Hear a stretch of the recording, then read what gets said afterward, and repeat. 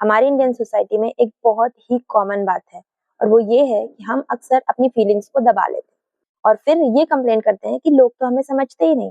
पर सोचने वाली बात ये है कि आपने अपनी बात कभी खुलकर रखी ही नहीं तो लोग आपको कैसे समझेंगे। बचपन से ही हमें सिखाया जाता है कि चुप रहो, एडजस्ट करो, लड़ाई झगड़ा मत करो और हमने कहीं ना कहीं इसी चुप्पी के साथ जीना सीख लिया। बट सच बताइए, क्या कभी चुप रहने से प्रॉब्लम सॉल्व होती है? कभी भी नहीं। उल्टा और ज्यादा प्रॉब्लम बढ़ जाती हैं, मिसअंडरस्टैंडिंग्स क्रिएट होती हैं, रिश्तों में बिटरनेस बढ़ जाती है।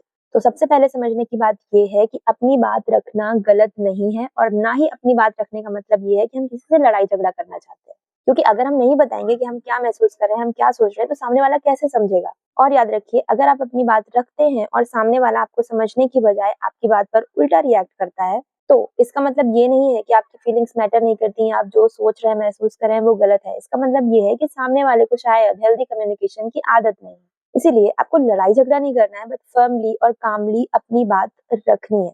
और अगर फिर भी कोई आपको सुनने को तैयार नहीं है, तो याद रखिए कि आपकी सेल्फ रिस्पेक्ट सबसे ज्यादा मैटर करती है और रिश्ते निभाने का मतलब कॉम्प्रोमाइज करना नहीं होता है, बल्कि एक दूसरे को समझना होता है।